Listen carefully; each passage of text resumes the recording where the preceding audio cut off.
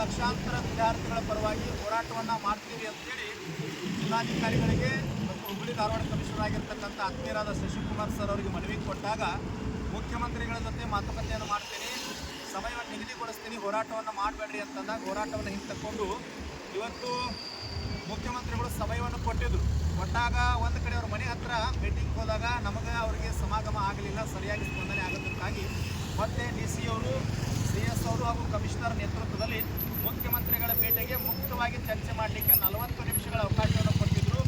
ಎಲ್ಲ ವಿಷಯಗಳನ್ನು ಮುಕ್ತವಾಗಿ ಚರ್ಚೆ ಮಾಡಲಾಗಿ ಈಗಾಗಲೇ ಸರ್ಕಾರ 56,000 ಹುದ್ದೆಗಳನ್ನು ನೇಮಕಾತಿಗಾಗಿ ಅಧಿಸೂಚನೆಯನ್ನು ಹೊರಡಿಸಿದೆ.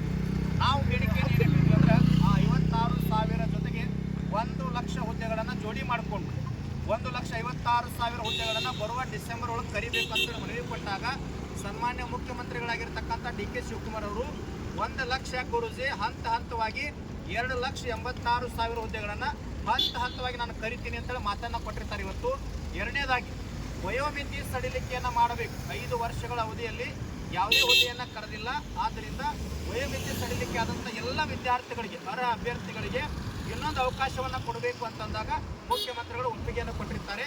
ಮೂರನೇದಾಗಿ ಕರ್ನಾಟಕದ ಅತ್ಯಂತ ಭ್ರಷ್ಟ ಸಂಸ್ಥೆಯಾಗಿರ್ತಕ್ಕಂಥ KPSCಯನ್ನು ತನಿಖೆ ಮಾಡಬೇಕು, ಮೆಂಬರ್ಗಳ ತನಿಖೆಯನ್ನು ಮಾಡಿ ಎನ್ಕ್ವೈರಿಯನ್ನು ಮಾಡಿ ಅದರ ಹಣವನ್ನು ತರಬೇಕು.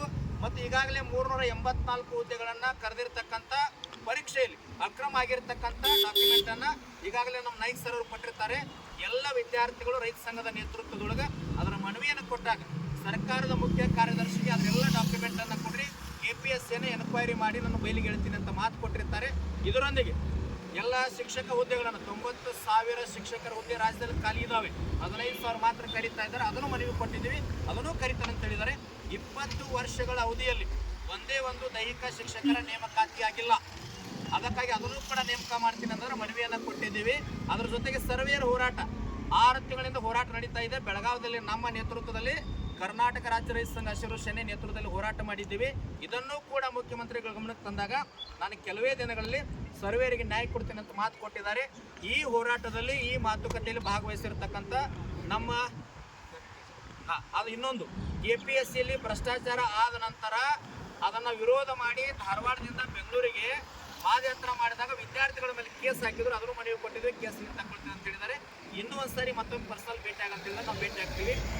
ಈ ಹೋರಾಟಕ್ಕೆ ಬೆಂಬಲವಾಗಿ ನಮ್ಮ ಸುಕ್ಷೇತ್ರ ಇಂಚಗೇರಿ ಮಠ ಮರಾಠಿಯ ಸಂಪೂರ್ಣ ಸಮರ್ಥ ಎಲ್ಲ ಮಾರಾದರು ನಮಗೆ ದಿವ್ಯ ಸಾನ್ನಿಧ್ಯ ತೋರಿಸ್ಕೊಂಡು ಇವತ್ತು ಚರ್ಚೆಯಲ್ಲಿ ಭಾಗವಹಿಸಿದರು. ಅದೇ ರೀತಿಯಾಗಿ ನಮ್ಮ ಯಾದಗಿರಿ ಜಿಲ್ಲೆಯ ರಾಜ್ಯ ರೈತ ಸಂಘದ ಕಾರ್ಯಾಧ್ಯಕ್ಷರಾಗಿರ್ತಕ್ಕಂಥ ಮಹೇಶ್ಗೌಡ M. ಸುಬೇದಾರ್ ಅವರು, ನಮ್ಮ ಗುರುಗಳಾಗಿರ್ತಕ್ಕಂಥ ನಾಗನಗೌಡರು, ಆಮೇಲೆ ರೈತ ಸಂಘದ ರಾಜ್ಯ ಉಪಾಧ್ಯಕ್ಷರಾಗಿರ್ತಕ್ಕಂಥ ಪ್ರಕಾಶ್ ಉಮರಾನಿ ಅವರು, ರೈತ ಸಂಘದ ರಾಜ್ಯ ಮುಖಂಡರಾಗಿರ್ತಕ್ಕಂಥ ಶಿವಾನಂದ ಮೆಕ್ಕಳಿಸರು, ಕರ್ನಾಟಕ ರಾಜ್ಯ ರೈತ ಸಂಘ ಹಸಿರು ಸೇನೆಯ ಯುವ ಘಟಕದ ರಾಜ್ಯಾಧ್ಯಕ್ಷರಾಗಿರ್ತಕ್ಕಂಥ ನಿತಿನ್ ಮೆಕ್ಕೇರಿ ಅವರು, ಅದೇ ರೀತಿಯಾಗಿ ಯುವ ಘಟಕದ ಮುಖಂಡರಾಗಿರ್ತಕ್ಕಂಥ ಲಕ್ಷ್ಮೀಕಾಂತ್ ಅವರು, ಸುನಿಲ್ ಗೋಲಾ ಅವರು, ನಾಯ್ಕ್ ಸರ್ ಅವರು, ಲಕ್ಷ್ಮೀಕಾಂತ್ ಅವರು, ನಮ್ಮ ನಾಗೈ ಗುರುಗಳು, ಅದೇ ರೀತಿಯಾಗಿ ಕರ್ನಾಟಕ ರಾಜ್ಯ ರೈತ ಸಂಘ ಹಸಿರು ಸೇನೆ ಯುವ ಘಟಕದ ವಿದ್ಯಾರ್ಥಿ ಘಟಕ ಅಧ್ಯಕ್ಷ ಆಗಿರ್ತಕ್ಕಂಥ ಅನಿಲ್ ಕಾಂಬ್ಳೆ ಅವರು, ನಮ್ಮ ಅಂಬರೀಷ್ ಅವರು, ಸುರೇಶ್ ಅವರು, ಎಲ್ಲ ರೈತ ಮುಖಂಡರು, ಅವರು ಹೆಸರಂತೆಲ್ಲ ನಮ್ಮ ಸರ್ವೇರು ಥರ ಕೂಡಿದ್ದಾರೆ. ಎಲ್ಲ ಮುಖಂಡರು ಭಾಗವಹಿಸಿ ನಮ್ಮ ಹತ್ತನೆಯಿಂದ ಮುಖಂಡರು ಬಂದಿದ್ದಾರೆ, ಅವರು ಕೂಡ ಇದರಲ್ಲಿ ಭಾಗವಹಿಸಿದ್ದಾರೆ. ಅಮರ್ ಅವರು ಬಂದಿದ್ದಾರೆ. ಎಲ್ಲ ವಿದ್ಯಾರ್ಥಿ ಘಟಕದ ಮುಖಂಡರು, ರೈತ ಸಂಘದ ಮುಖಂಡರು, ಎಲ್ಲರಿಗೆ ನಾನು ಕರ್ನಾಟಕ ರಾಜ್ಯ ರೈತ ಸಂಘ ಹಸಿರು ಸೇನೆ ಹಾಗೂ ಸಮಸ್ತ ವಿದ್ಯಾರ್ಥಿಗಳ ಪರವಾಗಿ ಅವರೆಲ್ಲರೂ ಕೂಡ ಧನ್ಯವಾದಗಳನ್ನು ಸಲ್ಲಿಸ್ತೀವಿ. ಮತ್ತು ಇದಕ್ಕೆ ಸ್ಪಂದನೆ ಮಾಡಿ ಮಾತುಕತೆಗೆ ಅವಕಾಶ ಮಾಡಿಕೊಟ್ಟಂಥ ಧಾರವಾಡ ಜಿಲ್ಲಾಧಿಕಾರಿ ತಾಯಿಯವ್ರಿಗೂ ಕೂಡ ನಾನು ಧನ್ಯವಾದಗಳನ್ನು ಸಲ್ಲಿಸ್ತೀನಿ.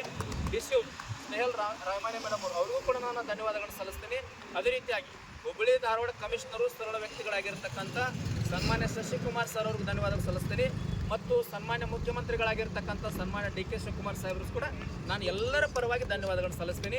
ಅದೇ ರೀತಿಯಾಗಿ ಹಿಂದಿನ ನೆನಪನ್ನು ಗುರುತಿಟ್ಟುಕೊಂಡು ಬೆಳಗಾವಿ ಜಿಲ್ಲೆ ಜಿಲ್ಲಾಧಿಕಾರಿಗಳಾಗಿರ್ತಕ್ಕಂಥವ್ರು ಶ್ರೀಮತಿ ಶಾಲಿಂದ್ರ ರಜನೀಶ್ ಮೇಡಮ್ ಅವರು ನಾವು ಹೋಗಿ ಭೇಟಿ ಆದಾಗ CS ಸರ್ಕಾರದ ಮುಖ್ಯ ಕಾರ್ಯದರ್ಶಿಗಳಾಗಿರ್ತಕ್ಕಂಥ ಶಾಲಿಂದ್ರ ರಜನೀಶ್ ಮೇಡಮ್ ಅವರು ಎಲ್ಲ ಸಮಾಧಾನದಿಂದ ಎಲ್ಲ ಬೇಡಿಕೆಗಳನ್ನು ಕೇಳಿ ನಾನು ಕೂಡ ತನಿಖೆ ಮಾಡಿಸ್ಲಿಕ್ಕೆ ನಿಮ್ಮ ಜೊತೆಗೆ ಇರ್ತೀನಿ ಅಂತೇಳಿ ಮಾತು ಕೊಡ್ತಾರೆ. ಅವರು ಕೂಡ ಧನ್ಯವಾದ ಸಲ್ಲಿಸಿ ವಿದ್ಯಾರ್ಥಿಗಳು ಯಾರೂ ಭಯಪಡ್ತಕ್ಕಂಥ ಅವಶ್ಯಕತೆ ಇಲ್ಲ.